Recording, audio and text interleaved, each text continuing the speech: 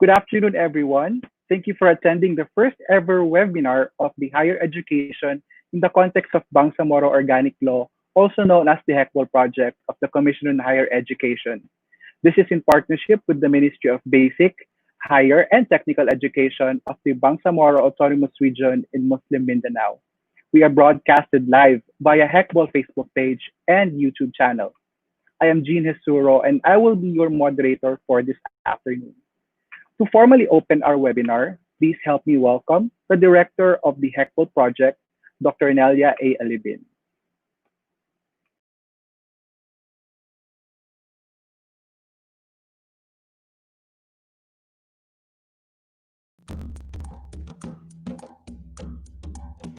Hello, good afternoon everyone, most especially to the presidents, heads, faculty members, and students in the Bangsamoro Autonomous Region in Muslim Mindanao, my colleagues in the Commission on Higher Education, and our partners from the Ministry of Basic, Higher, and Technical Education, BARMM, school officials and guests, Assalamu alaikum. This is the first webinar sponsored by the Commission on Higher Education, HECBOL Project, in partnership with the Ministry of Basic, Higher, and Technical Education. The HECBOL Project is the higher education in the context of the Bangsamoro Organic Law. This is an initiative of CHED that is aimed at providing technical assistance and support in the area of higher education in the Bangsamoro Autonomous Region in Muslim Mindanao. CHED has committed itself in implementing the agreements with the MBHTE in order to improve the higher education in the Philippines. This webinar is very timely and interesting because we will be discussing the higher education in BARMM, specifically focusing on the impacts of the COVID-19 pandemic and the plans of the ministry for the new normal.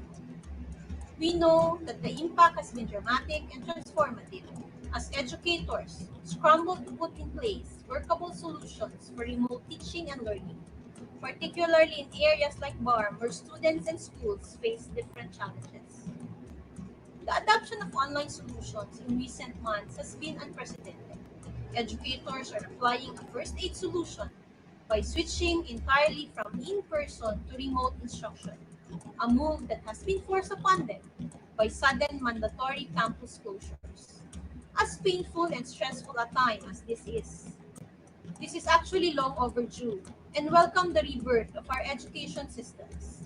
The pandemic has been a great leveler in a way, giving all stakeholders, educators, learners, policymakers, and society at large a better understanding of our current education systems' vulnerabilities and shortcomings.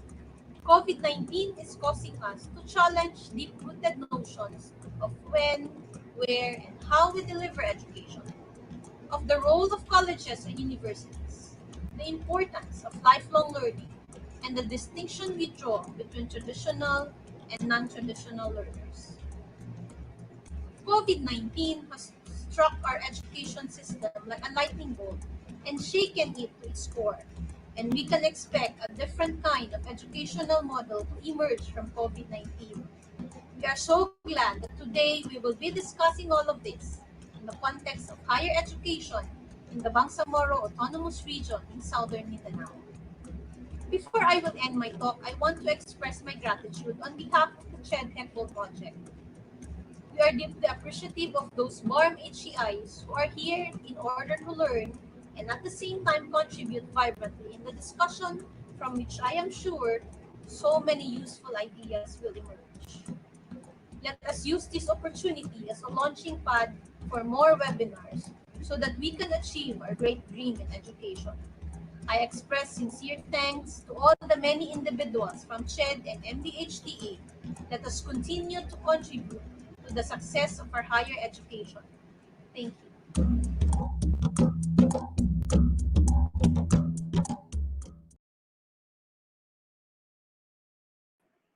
Thank you for that, Director Nelia.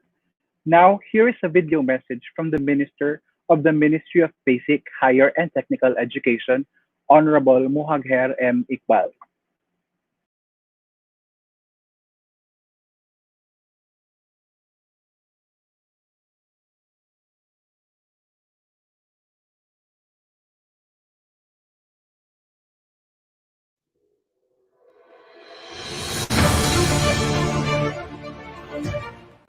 Bismillahirrahmanirrahim. My warm greetings and appreciation for our partner the Commission on Higher Education in the context of the Bangsamoro Organic Law, or HECBOL, and to our other beloved guests and audiences. Assalamu alaikum wa rahmatullahi wa barakatuh. This pandemic has certainly brought many challenges in our way of living, but amidst these challenges, we must always seek to pursue ways that shall embody the continuity of learning for our Bangsamoro learners. The education sector has felt major impacts on this ongoing health crisis as we prioritize the well-being and safety of our learners. We are also tasked to find alternative ways to deliver knowledge and teachings to our dear students. As we brace and prepare ourselves for this new normal, we are also reimagining alternative ways of teaching and learning as a community. Currently, online learning appears to be the best option to address the challenges of learning continuity in higher education at this time of the pandemic. Nevertheless, with this abrupt shifting and challenges, it is inevitable to encounter challenges and trials, but it is definite that as we spearhead these alterations, we will strive to find ways to advocate equitable access towards education continuity and online learning. As we respond to this pandemic's effect to schooling, let us all capacitate ourselves to thread multiple pathways of methodologies in learning that shall embody effective and alternative delivery of education. Thank you very much.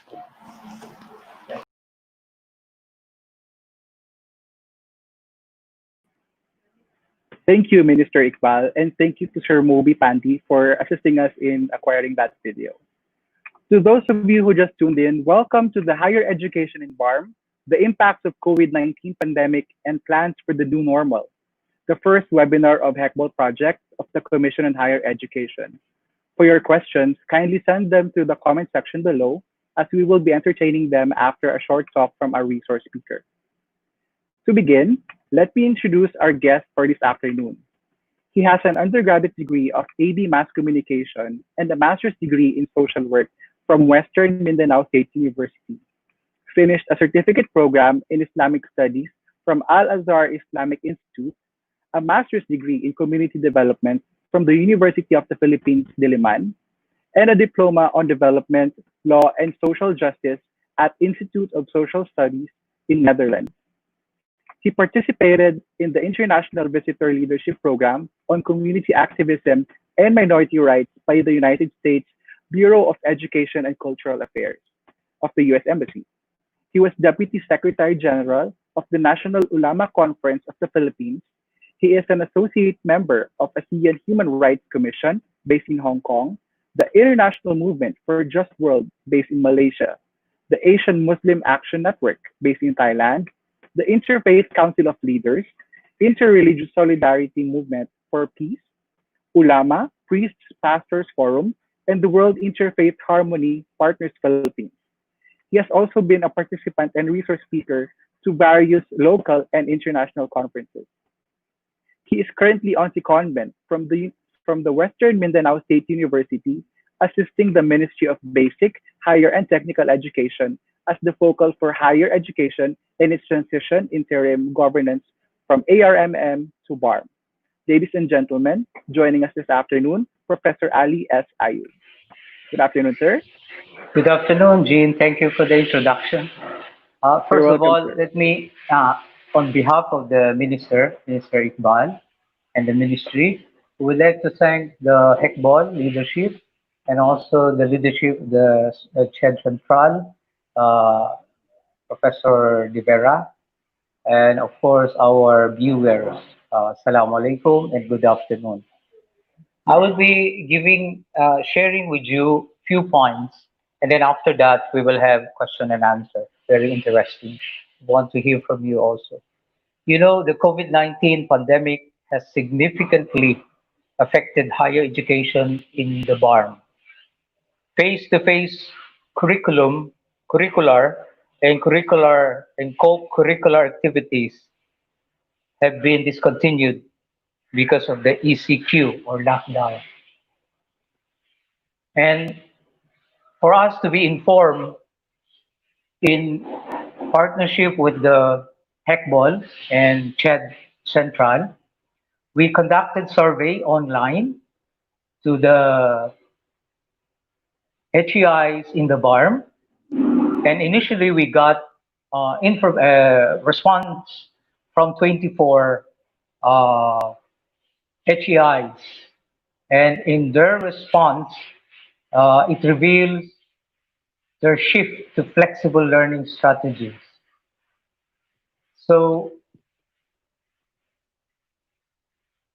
when we conducted the survey, of course, some of the HEIs have difficulty in terms of connectivity, and talking about the HEIs in the island provinces, Basilan, Sulu, and Tawi-Tawi.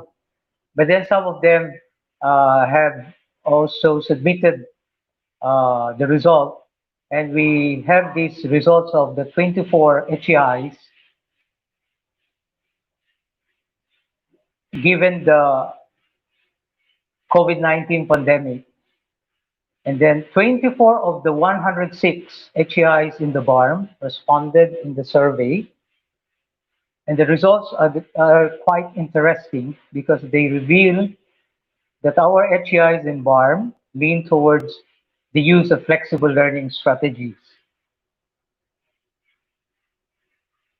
In fact, 71% of these HEIs respondents already utilize flexible learning strategies, and 75% of them have included flexible learning strategies to the institutional academic policy. Around 90% of these HEIs have stated that they will utilize said flexible strategies in less than a year, probably until the end of 2020. The HEIs have also responded that they have available infrastructure to support the delivery of flexible learning. More than 20% have said that they have online education system, multimedia learning resource centers, and the likes. More than 10% have said that they have email and social media, learning management system, and an electronic library. Around 70% said that they have capability to develop instructional materials that can be utilized for, for flexible learning, and 50% said they have learning packages or coursewares designed for flexible learning for the different curricular programs. As to their utilization of electronic equipment or gadgets, many of their faculty members use laptops and smartphones. More than 80% of the faculty members and students utilize social media messaging apps to send or upload learning materials and outputs. They also use social media for consultation purposes. More than 50% of these faculty members and students can usually access internet through residential connection. Only around 20% use internet provided by the computer laboratories. Since they mostly use social media, the students also mostly utilize their smartphones. It is also interesting to note that the method employed in capacitating the faculty and staff to implement flexible learning is mostly through in-house training. Data shows that it is at 54%, and 29% employs third-party training providers, and 17% employs open educational resource or OERs. Now, how about their internet access? 40% of the faculty members have full internet access or high internet connectivity. 47% of them have limited internet access or moderate internet connectivity. 19% have no internet access or connectivity. What about the students? The survey conducted by HECBOL revealed results remarkably close to the situation of the faculty members. 41% of the students have full internet access or high internet connectivity. This is the same percentage as that of the faculty members. But only 38% of them have limited internet access or moderate internet connectivity.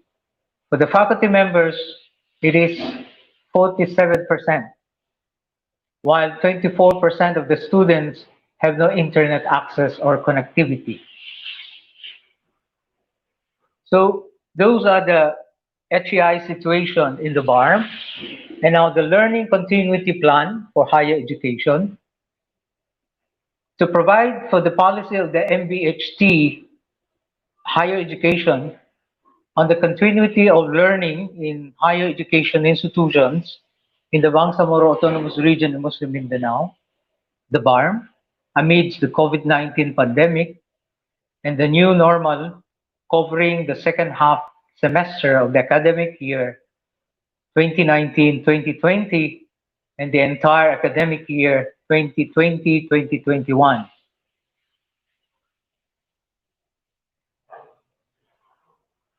For the completion of academic year 2019-2020, the HEIs shall strictly adhere to the guidelines and issuances of the Department, Ministry of Health, the National and Regional Interagency Task Force on Emerging Infectious Diseases and the local government units. The HEIs shall employ alternative learning or flexible learning systems, including online learning, to ensure that academic year 2019 and 2020 is completed. They shall adopt their respective policies regarding alternative strategies and methods for completion of student requirements and computation of grades without prejudice to the attainment of the learning objectives in higher education. Non-essential and other requirements may be modified or waived. The remaining time for the on-the-job trainings, OJTs, of junior and senior students may be waived or replaced by other requirements. Higher institutions' learning continuity plans shall submit to MBHT Higher Education not later than June 30, 2020, the respective learning continuity plans. The MBHTE Higher Education will closely monitor or closely work with them to ensure that they have feasible and responsive plans for their operations amidst the COVID-19 pandemic. Enrollment and opening of classes for academic year 2020-2021. In line with the new normal, classes in higher education for academic year 2020-21 shall be open not earlier than September 1, 2020, unless otherwise modified by the MBHTE, the IAEF, or the concerned LGU, subject to issuance of proper guidelines or executive orders. Enrollment processes shall be eased and as much as practicable shall be made through online and other electronic or innovative means. Payments of tuition fee and other fees may be deferred to a later date. Health and safety protocols of HEIs. Prior to opening of classes, HEIs shall conduct disinfection activities, precautionary and preventive measures. They shall adhere to minimum health and safety standards and protocols promulgated or issued by the Department or Ministry of Health such as, but not limited to, physical distancing and wearing of appropriate face masks, hand washing, sanitation, and hygiene facilities shall be established at accessible and strategic locations within the respective premises of the HEIs. The health conditions of HEI constituents shall be addressed and monitored. Curricular, co-curricular, and extracurricular and other mass gathering activities shall be subject to guidelines of IATF, except for non-contact activities and those that can be virtually conducted. Alternative or flexible learning systems. Physical or face-to-face conduct of classes shall be subject to approval of the LGU and or the IATF. Where face-to-face modality is allowed, there shall only be a maximum of 15 to 20 learners in each class in compliance with the social distancing measures set by the Ministry of Health.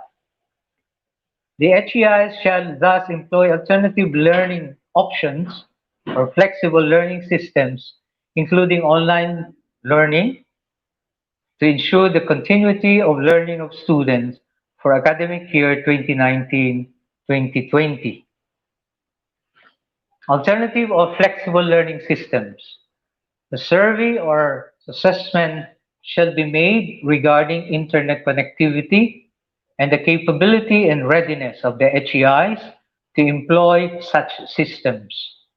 The MBHTE shall ensure that proper interventions are implemented to maximize the effectiveness and efficiency of the alternative learning or flexible learning systems.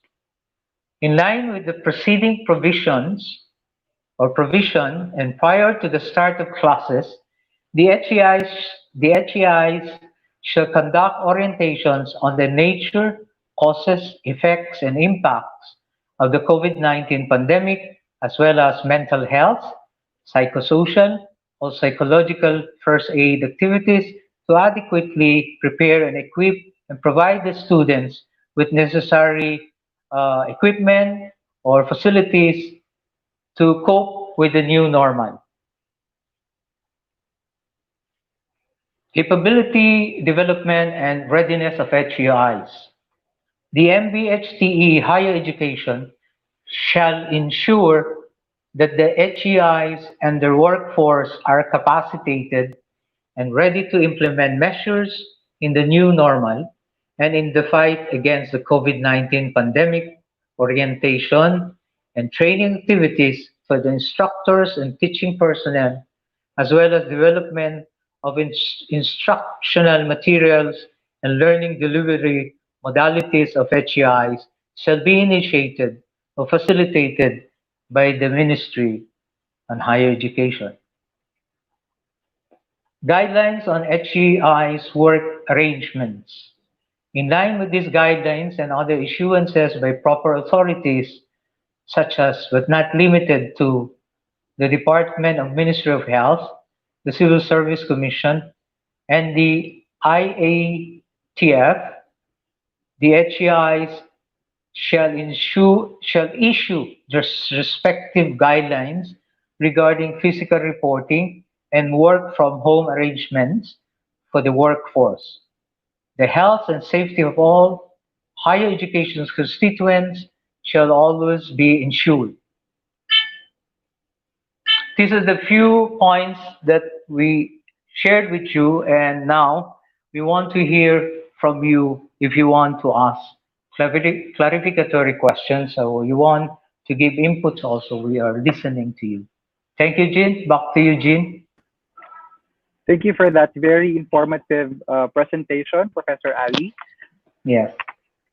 I have one question here. How do you, the MBHTE, address connectivity to deliver distance learning? Because we know that most of the HEIs in BARMM have problem with internet connectivity. Yeah, of course, we maximize the different connections, line of communications. We want also to tap the different line agencies who have their very strong access to internet. And those who have no access to internet, we maximize also radio, television, public service to connect with the HEIs leadership.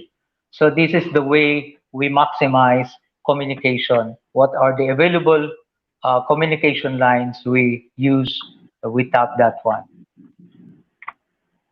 All right. Thank you for that answer, sir. Next question is, how about the readiness of the teachers and students to distance learning? If you will rate it from 1 to 100, how prepared are the teachers and students for this? You know, actually, when we talk about connectivity and the use of the internet, I think most of the teachers and the students now are literate. Only if we introduce the online learning, I think we have to capacitate them. We have to teach them in Mhm. terms of skill, the use of technology, and the use of course, the learning materials, because this is a new one. I mean, when you use reading materials, etc., make use of the internet, we have to capacitate the students and the faculty. So we are ready, I think, in partnership with the HECBOL and the CHED Central, we can provide, I think, training, or we can provide short certificate course to the teachers and also review class for the students to make use of the internet when we talk about online courses. All right. Next question is, how will the MBHTE help the HEIs in BARMM to continue education, but at the same time to respond also to the needs of the students and teachers and their communities as well, medically and economically, food security for one, because many of the residents in BARMM are on the marginalized sector or um, they're needing help, of course. Yeah, I agree. But you know, Jean, our place, the region is very rich in terms of natural resources. And then, of course, in terms of human resource, it's only a matter of capacitating these people. So we're trying our best to connect when we deliver education, learning to the students. At the same time, we have to consider their health and also their livelihood. So we are contemplating of partnering also with the technical, the TESDA, and other departments, ministry like, for example, Ministry of Agriculture or Department of Agriculture and Health. The students in their courses, for example, if they are taking course on bachelor on agriculture or fisheries, so that knowledge can be, I think, aside from giving them the theories, they can practice that to actual farming, for example. That will be benefiting the communities. And they have to coordinate with the Department of Agriculture and DA, DNR, and Department of Health. There are also for to boost the immune system of the people. We have lots of herbal plants in our areas, so we can maximize this one. I think even in biology or chemistry, they can produce even yung for alcohol or to boost the immune system. So herbal medicines and community-based, and also farming uh, plants and also fisheries to for the immediate food security of the communities. I think the student is learning at the same time applying the theories into actual application. For example, in farming, at the same time producing agricultural crops, and also the participation of the community, and then they can sell this, and it's learning and earning at the same time. Those are the we are trying to introduce, and in partnership with HEIs and line agencies. All right. It's very good to note as well that the ministry is not only partnering with other government agencies, but also industries in BARM. That's also a Correct. very good. That's a very good step from the ministry as well. We'd just like to recognize the Chief of Staff of Minister Iqbal, Mr. Haron Meling. He's watching Oh, from oh, Cotabato thank City. you. Yes. Thank you, sir, for watching. Thank you, sir. Another question, sir, is what are the monitoring systems of MBHTE as to the implementation of flexible learning in the HEIs? Okay, that's very good. You know, the ministry, we have partners also, aside from the actual personnel of the ministry. Of course, we have also Mhm. provincial. We have also networks. Aside from our own networks, we have partnership also with the LGU, the Ministry of Interior Local Government. They have also Mhm. offices in the different areas, especially even in the barangay, on the barangay level, and also the Ministry of Health. So we partner with the different ministries so that we can monitor the compliance of these HEIs to ensure the safety of the students in the faculty. So we maximize all our networks and all the communication lines. Since you've mentioned, sir, about the safety of students and faculty, there's a question here. Yes, sir. What are the interventions or programs on student services that the MBHT already has prior to enrollment or opening of classes? If so, what is the extent of the implementation? Uh, we have already in place uh, the how do we help the students and especially enrollment. And of course, we are encouraging HEIs online enrollment. And for the students to example, for them to have to pass the entrance exam or whatever, we have to prepare the students. So we have review class. We are trying our best to produce online review classes for students, for them to prepare not only exam for the entrance to college, but also to make use of the technology. For example, we have to train them. If we talk about online learning, we have to train them how to make use of the online learning in terms of technology, the nitty-gritty of the technology. So we have to orient them. And I think in this area, we need the help also of HECBOL and the CHED Central. We have to work together and other, I think, offices of the government because this is a like a nation, ano to, yung whole nation approach so that we can learn as one, together. Yes, sir. We have here a question from Ansari Alab. I think he is asking for specific details on the learning continuity plan for higher educational institutions in BARM. Are there any specifics, sir? Oh, that's very good. You know, our role is not to impose, but we will give advisory guidelines. And we ask the HEIs specifically, they have to submit to us their continuity plans.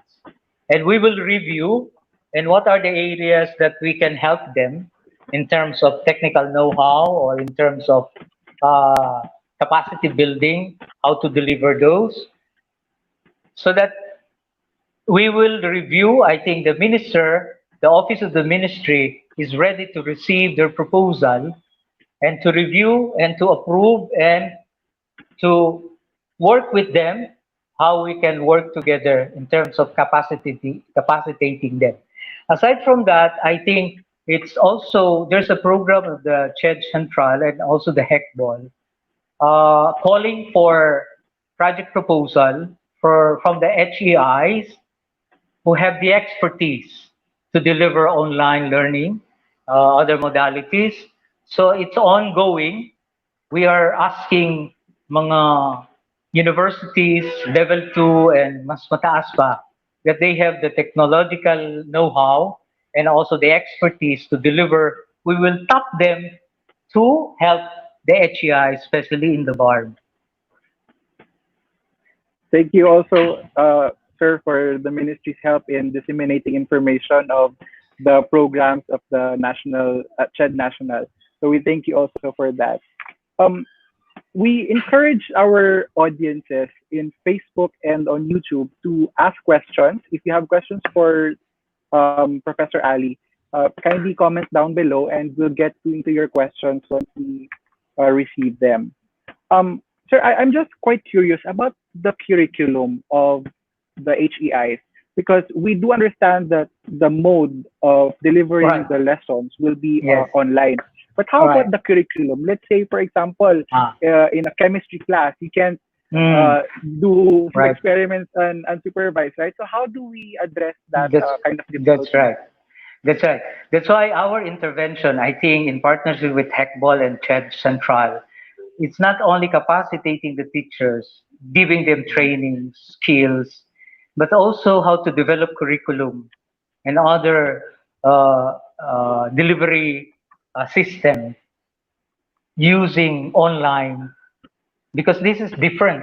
You talk about experiment, for example. You have the curriculum, you have face to face, you have experiment, actual experiment. How do you do experiment online learning? Yeah. So we have to, I think there's a need also to to what do you call this, to redesign or redevelop the curriculum. So meaning when we talk about capacitating the teachers, not only in teaching but also how they produce the module and the grading system without physical, appearance of the students. So I think this is also one area that we consider partnering with CHED Central and the HECBOL. We can, I think, develop a module or training module online, and we can say it can be a short course, certificate course. It's not only very short training, but it's really a course that they have to attend.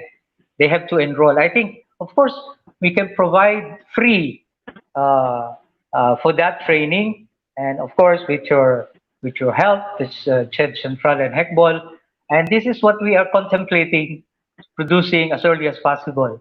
How to produce the curriculum, how to train the teachers to deliver, and how to make their grading system, etc., etc., so that we will have also quality education despite of the COVID-19 pandemic. Yes, sir. We also look forward to that, to solidifying that partnership with the ministry in terms of capacity building. Um, One question, sir. How about other concerns in BARM? Aside, we do know that the connectivity is one issue. Are there other common issues in BARM that the ministry would have plans in addressing, or that they know of? I think we need your help, the CHED Central and HECBOL, because we are trying to tap the line agencies how to make use of the communication lines.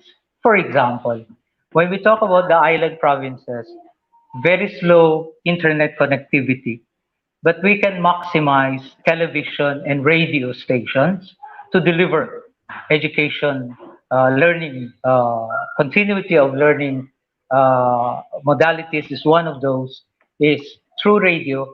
And I think in Basilan, for example, in elementary basic education, they already maximize the community radio, and also, aside from the network, the radio stations and the TV stations, and also for the mainland, we have to talk also to sit down.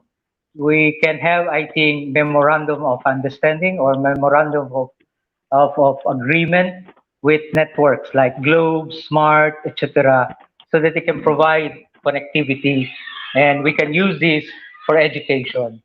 And also, we have to consider also the parents, because the parents will be directly, I think, involved in the education process. Aside from the Yes. online, the one will be tutoring their kids, their parents. So we need to capacitate also the parents. So we are targeting the students, the parents, and the teachers. How do we capacitate all of these? And we have to maximize all the communication lines, television, radio, internet connection, and all of those. So we have to conceptualize how do we do this. And I think the first is we have to sit down with the line agencies in terms of connectivity. And we need the central office to communicate with all of these agencies. All right, thank you for that, sir. Since you've made mention of parents, um, I think one fear of the parents is that if they would enroll their children in an online learning system or an online learning approach to education, that they would receive less education. So what can you say to parents who are also fearful of the quality that they will get, their children will get from online learning? Actually, they don't have to fear. Actually, before the COVID-19, most of the advanced countries are using technology. Only in the third world countries, the contact more on the physical level. But if you go to advanced countries, even here in Asia, you go to Singapore, they don't meet in class. They meet virtually. I think the teacher will give them assignment, research assignments, and for a certain period they meet online and they will discuss.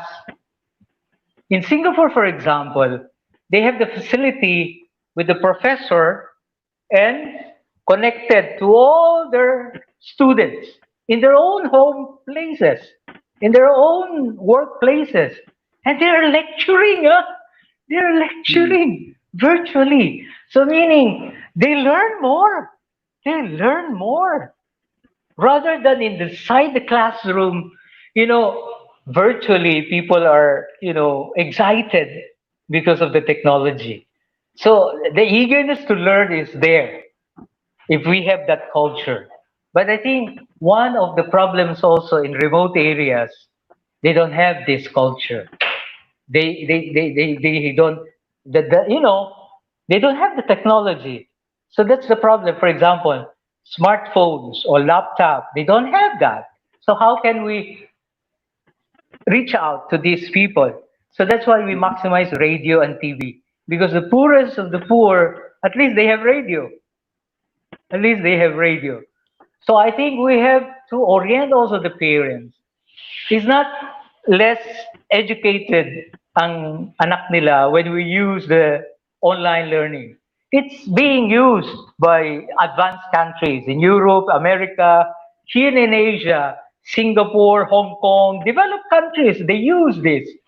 Only sa atin na gusto natin kaharap talaga ang estudyante at saka teacher. We have to maximize the technology. I think this is the high time for us to make use of the technology. And I think technology is faster and efficient. And also in terms of resources, if you research, you go to library, obsolete na yung mga books. But if you Google, wow! Hindi pa na-publish sa market, nandiyan na yung articles, nandiyan na yung knowledge. And it's the tip of your fingers. It's very easy. So I think we need to orient also the parents and the students, the preparedness and the psychology. The psychology, there must be a paradigm shift. No? There must be, yung change of mindset.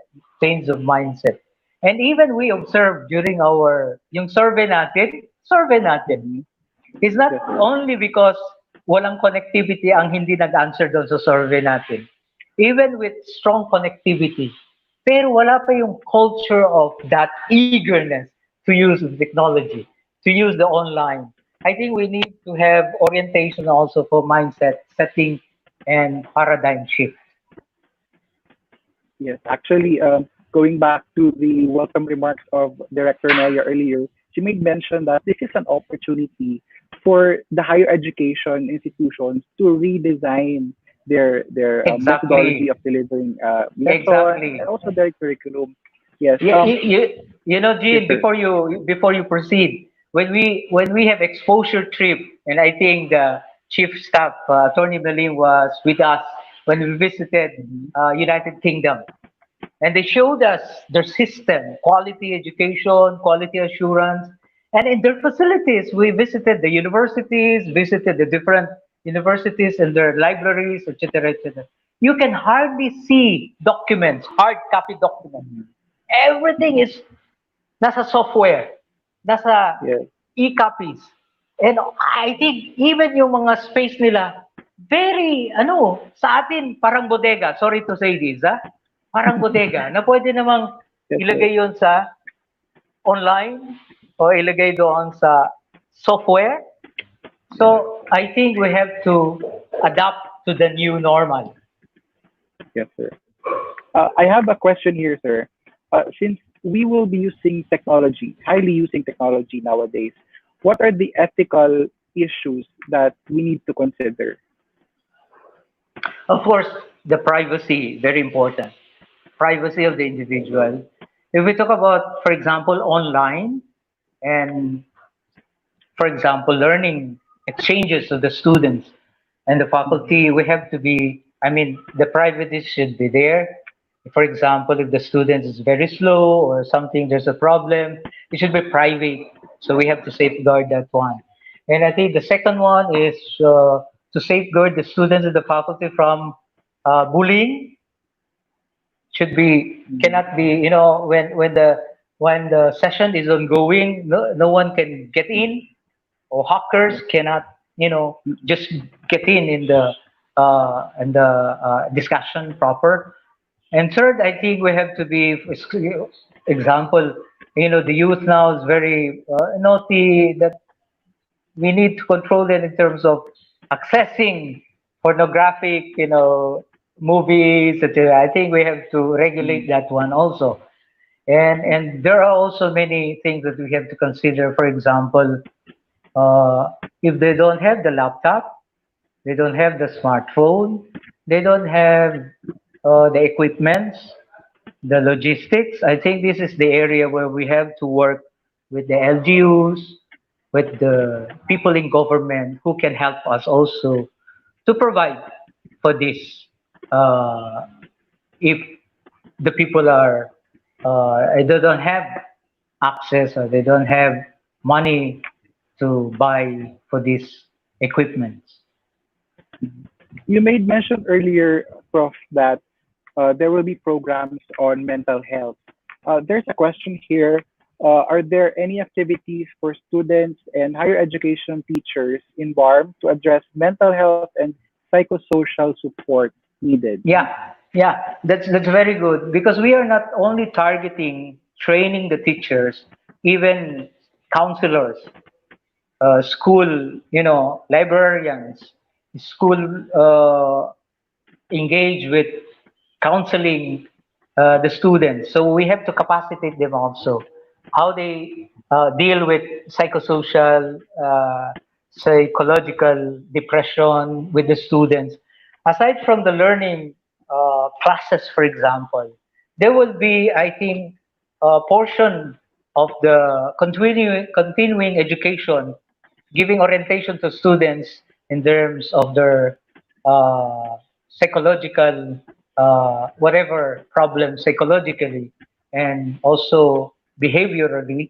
So it's not only teaching them skills about knowledge, sciences, etc., but we have to mold them personally. So we need also to teach the teachers in terms of how they teach the students to mold, like long time ago, you have right conduct and good manners, di ba? So Yes, we sir. have to train also the teachers on those areas, mental health of the students. So there will be also training for the teachers and for the counselors for that. And I think we have to also uh, partner with HECBOL and CHED National along these projects. All right.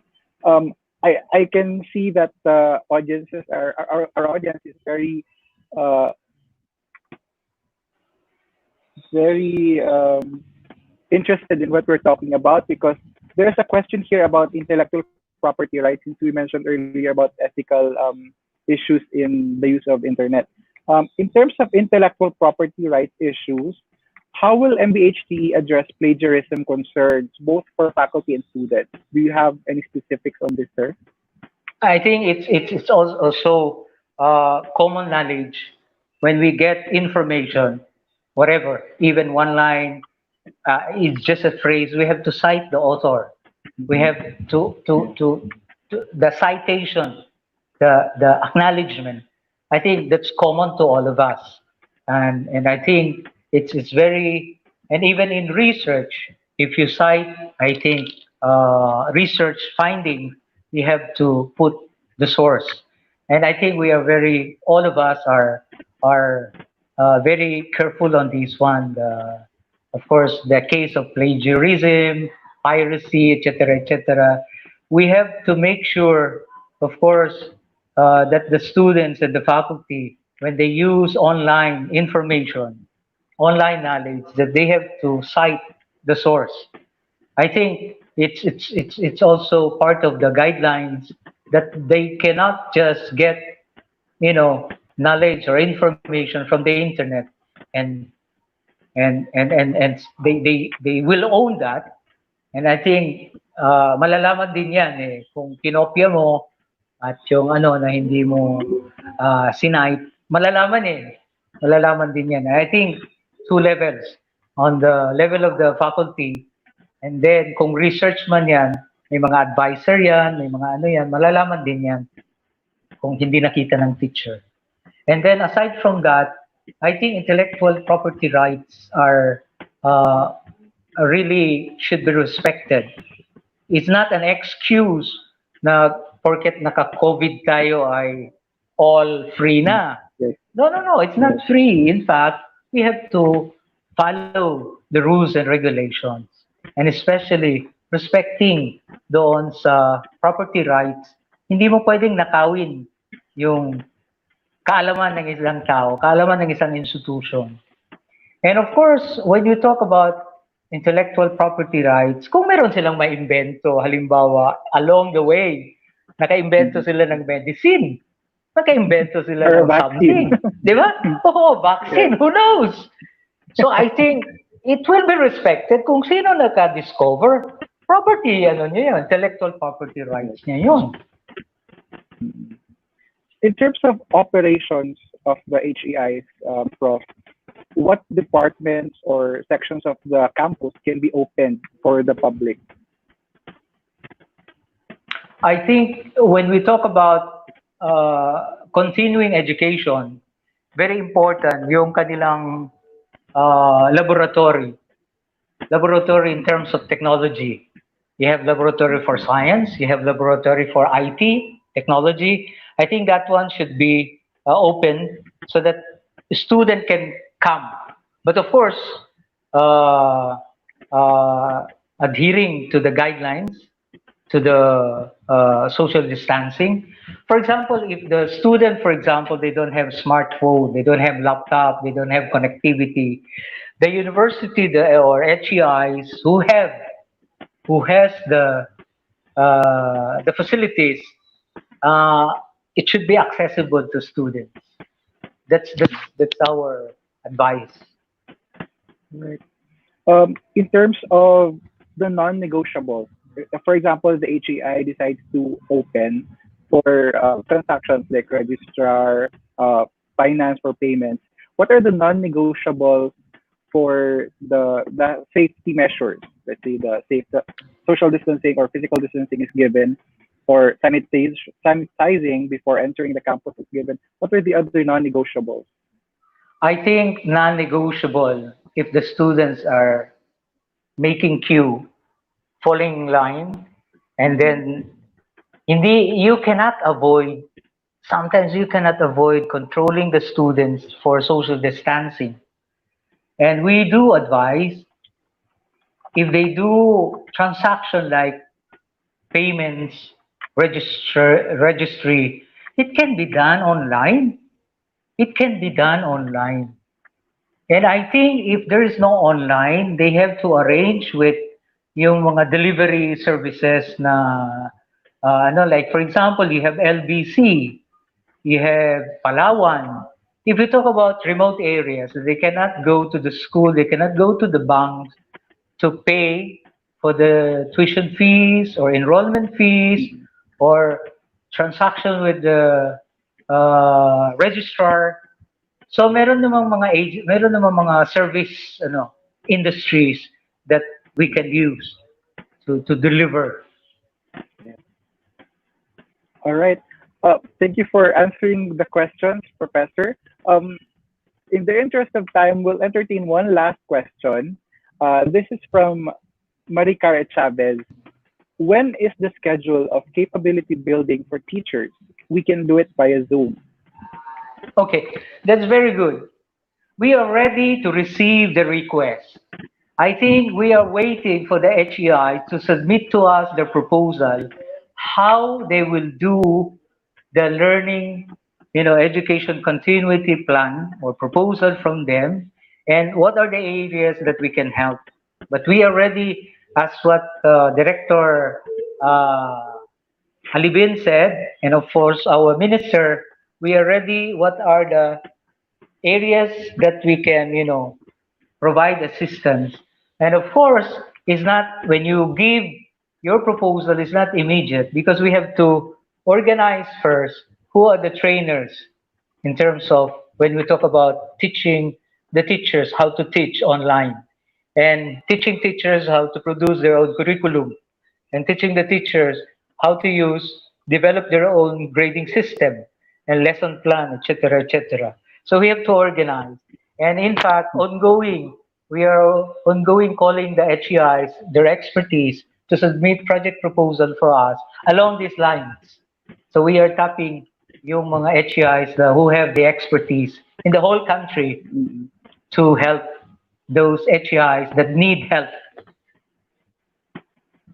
Okay, sir, may pahabol now. Very last question. This is from Benny L. Abdi. Are there any organized committee by MBHTE to which students or even faculty or HEIs can send their concerns? Oh, yes. In fact, nasa website ng MBHTE that provided there the cell phone number, the emails, address for the complaints of the students. And of course, when we talk about the ministry, we have four sectors. We have the basic, the technical, higher, and Madaris. So if their concern is about higher education, about the scholarship, about enrollment for higher education, it will be addressed. It will be turned.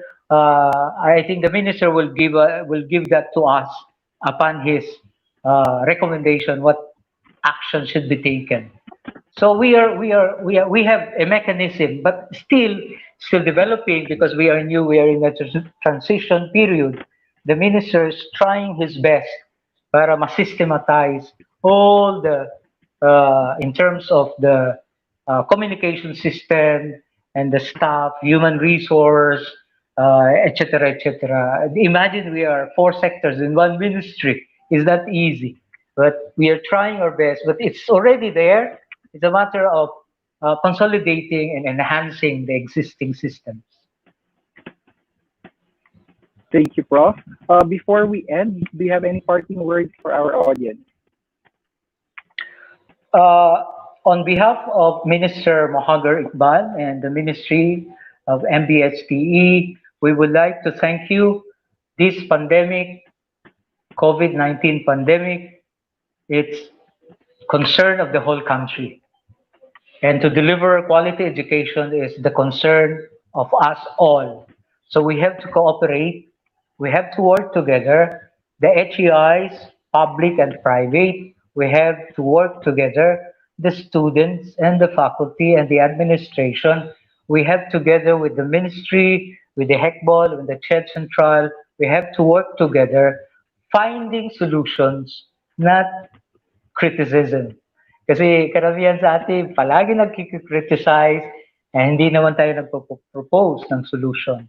So we need your help in finding solutions so that we can deliver quality education for the BARMM, because BARMM badly needed quality education because of the conflict. We are left behind in terms of progress, in terms of education, in terms of economic activities. So we see education as a prime mover to change the landscape of the BARMM. So we need your cooperation. Let's work together as one, as a whole nation approach. Thank you very much. Maraming salamat sa inyong lahat. Thank you, Jean. Thank you very much, Professor Ali, for accepting our invitation for this afternoon. We hope for the best for you and the ministry. Take care, sir. Thank you. Thank you. On behalf of the HECBOL project and the Commission on Higher Education, we thank everyone who have attended this first webinar. We will be having a series of webinars in the future. I hope you liked our Facebook page because we will be posting our planned activities here. And make sure to subscribe the YouTube channel of HECBOL to stay updated. That ends our webinar for this afternoon. We hope to see you next time. To those of you who have pre-registered, we will be sending you a feedback form. And once completed, we will send an electronic copy of your certificate. Stay safe and have a great day.